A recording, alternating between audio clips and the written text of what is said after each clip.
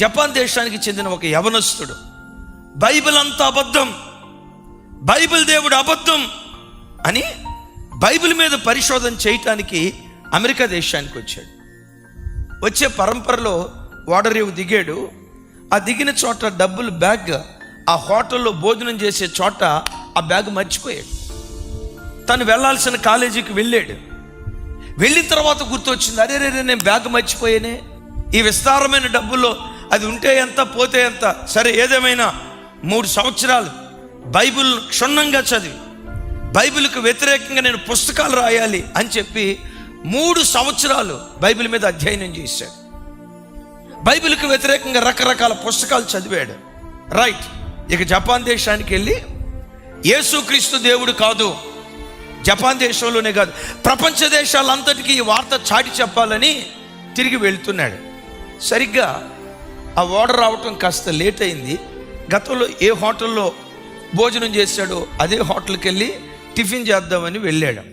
ఆ హోటల్లోకి వెళ్ళటంతో ఆ హోటల్ యజమానుడు ఈయన్ని చూసి, సార్ 3 సంవత్సరాల క్రితం మీరు ఒక బ్యాగ్ పోగొట్టుకున్నారు కదా. అవును బాబు, దానిలో డబ్బులు ఉండాలి.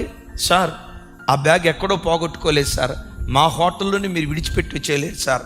వెంటనే భార్య బ్యాగ్ తీసుకొచ్చి, సార్ ఇదేనా అని అంటంతో ఆ జపాన్ దేశస్తుడు నిశ్చేష్టుడే, 3 సంవత్సరాల క్రితం కదా ఈ బ్యాగును కోల్పోయింది, నేను లక్షల రూపాయలు ఇందులో ఉన్నాయి కదా, ఇక్కడ నేను పోగొట్టుకున్నానని చెప్పుకోవటానికి ఆనవాళ్ళు ఏమీ లేదు కదా, నా బ్యాగ్ మరలా మీరు ఎలా ఇస్తున్నారు? ఏ దేవుణ్ణి పట్టుకొని ఇంత నీతిగా బ్రతకటం ప్రారంభించారు? అప్పుడు వాళ్ళు చెప్పారట, మేము ఆరాధించే దేవుడు నజరేయుడైన యేసుక్రీస్తు ప్రభువారు. ఆ జపాన్ దేశస్తుడు అన్నాడట, యేసుక్రీస్తును ఆరాధించే మీరే ఇంత నీతి కలిగిన వారైతే మీరు ఆరాధించే దేవుడు ఇంకెంత నీతి కలిగిన వాడై ఉంటాడో కదా. అక్కడికక్కడే సాగిలపడి యేసుక్రీస్తును సురక్షకునిగా అంగీకరించి జపాన్ దేశంలోకి దైవజనుడుగా అడుగుపెట్టాడట.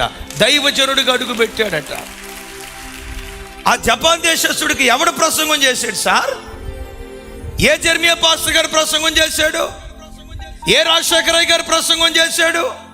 ఏ సన్న గారు ప్రసంగం చేశారు? ఏ దేవదాసయ్య గారు ప్రసంగం చేశారు? ఏ భక్సింగయ్య గారు ప్రసంగం చేశారు?